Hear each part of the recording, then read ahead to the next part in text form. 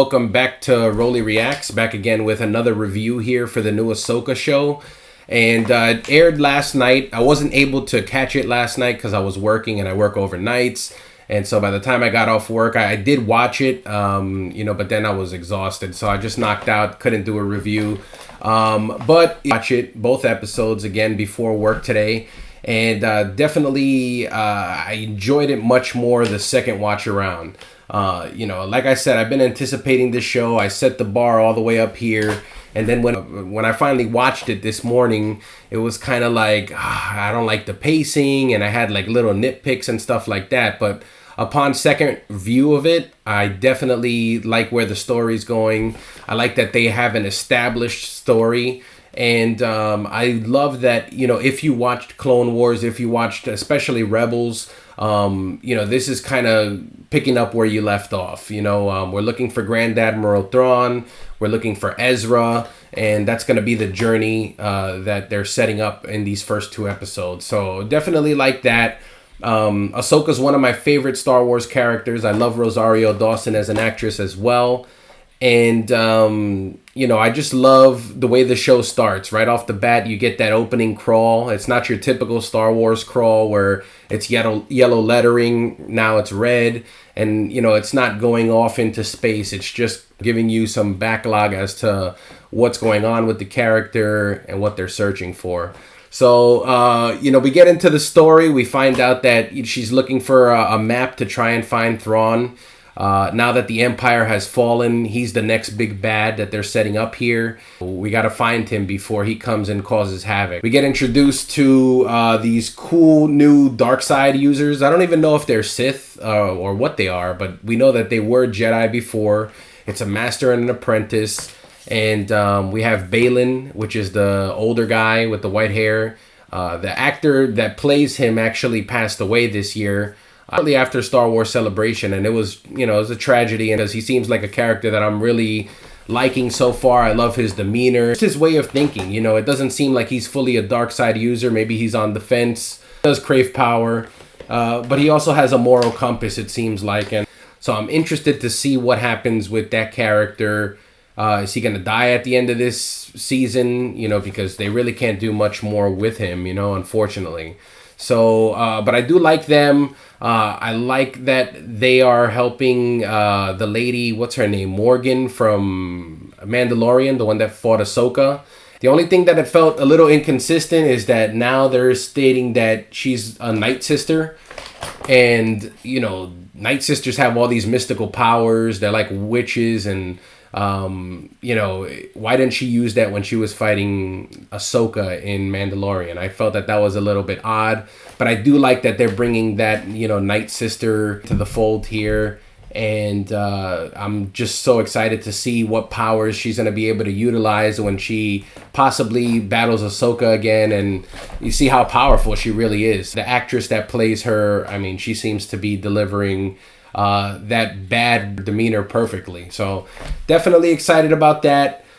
I love that in this, what they've set up so far in this story is the possibility for new worlds, new powers, beings, and just abilities that we haven't seen before. We have the technology to go basically anywhere in this vast universe.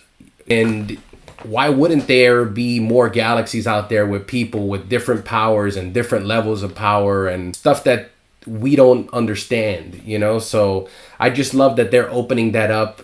It gives Star Wars basically an opportunity for a new life.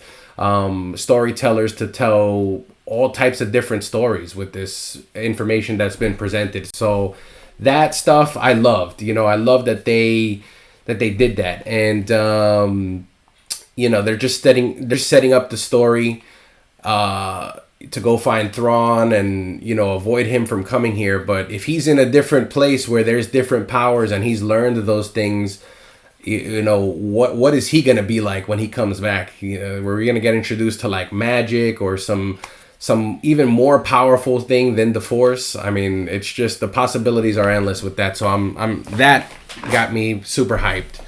I also love that Ahsoka now, like a jaded cop, or like, I've seen some things. I'm not gonna be the same jovial person that I was in Clone Wars and as a kid and stuff like that.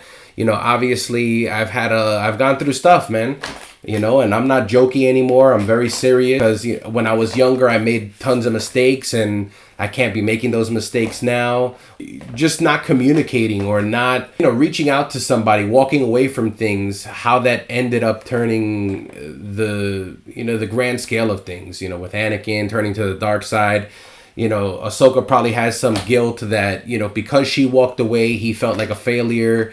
He also had his trust in the Jedi shaken after everything that they did to her, and the reason for her walking away, it triggered all that, So she just feels a lot of, disappointment and maybe resentment for decisions and mistakes that she's made in the past that have affected the people around her. You could tell that she's learned from those lessons. She's learned to be less apprehensive, not to hesitate as much, and just be more firm. That trickles down into her demeanor, into her character now. And I just love that. I think that's a character arc for Ahsoka. I feel like she needs to be like that, especially with the impending doom of the threat that's lurking with Thrawn. They did a great job with introducing all the characters from Rebels: Sabine, Hera, Ezra, Thrawn. Even some of the newer characters that we got from Mandalorian. When what's the lady, Morgan or whatever, and incorporating stuff from other canon, like the Star Wars games, Jedi Fallen Order and Clone Wars, where they introduce the Night Sisters, and they give us like a sneak peek of the powers that they're able to do, and they kind of work in this dark arts magic and stuff. And I'm just so happy that we're going to be able to get to see that in live action. It's definitely going to be a great adversary for Ahsoka to battle, and a challenge for her to combat a great evil. And so, I mean, those were the things I liked. I think all the characters are strong characters. They have great motivation. We know what they're capable of from stuff that we've seen in Rebels and Clone Wars and all those shows. And the only thing I that worries me a little bit is I hope that they don't lose track, to put of the story to push like agendas and kind of put the main character in the back burner like they did with Boba Fett and like they did with Obi-Wan. Those were two shows that I was so anticipated for, and then the main character of those shows got drowned out by all these new characters and strong female characters, stuff like that, which there's no problem with that. You know what I mean? A character could be female, could be male, could be whatever. That's not the issue. The issue is that when you're trying to push an agenda and you lose track of the story suffers, and then the fan suffers, So I hope that with this story they've made those adjustments to not do that again.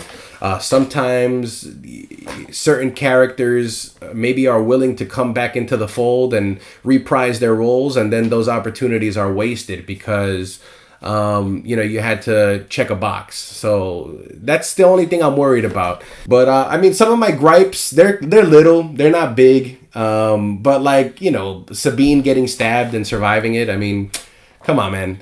Qui-Gon was way more powerful than her, and that dude died almost instantaneously. And yeah, you could argue maybe the technology's gotten better, and that was a long time ago compared to this time period or whatever. But I don't know. That kind of stuff bothers me. It makes the lightsaber seem like a pellet gun. Like, oh, you could survive that. And it makes it seem like the lightsaber is just like any other weapon, There was something cool about the lightsaber that we're like, oh man, if you get struck with that, there's no coming back from that. I mean, that's one of the most powerful weapons in the galaxy, and that's little though, She came back, whatever. The story had to continue with her.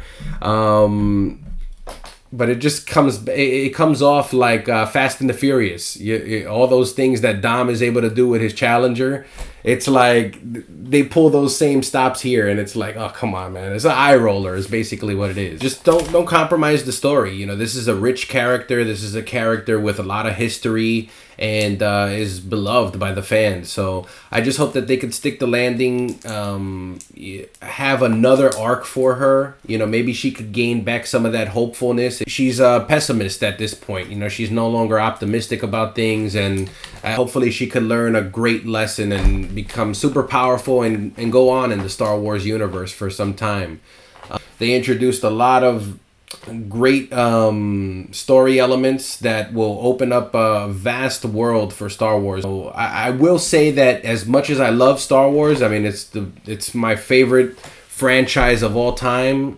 Ever since Disney's taken over, I haven't been like, wow, that was just a masterpiece. You know, it's nothing like like Revenge of the Sith, or Clone Wars, Empire Strikes Back. I mean, those are things that you look at and you could keep revisiting them and they don't get old, and every time you watch it you're just like, this is why I love this franchise.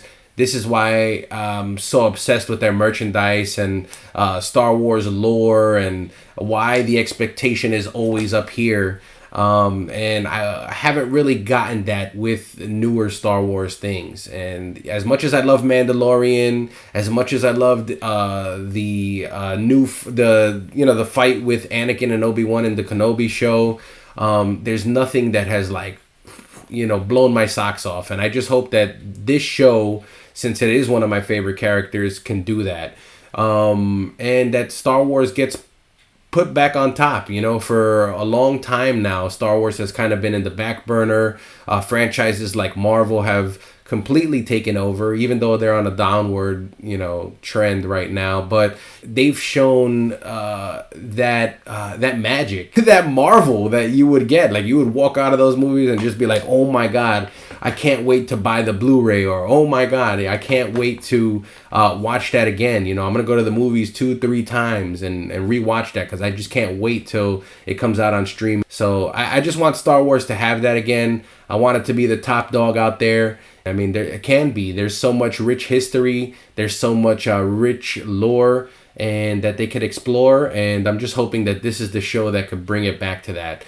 We are in good hands because Dave Filoni is the one, creating this, directing this. Ahsoka's his baby. So I'm sure that he could bring it home. He's very knowledgeable. He's the actual apprentice of George Lucas. But just the way it's been, I have my hesitations. Hopefully it's something that we're talking about for months, years. Let me know what you guys thought. I'm very curious to see how everybody liked it or disliked it, or what changes they feel that could have been done. So, I mean, the way they set up the show looks like it's going to be a great show. I'm excited. I'll do this every week. Try and get it on the night of release as well. Let me know what you guys think. Like, comment, subscribe. Let's have a conversation. And until next week, guys, have a good night.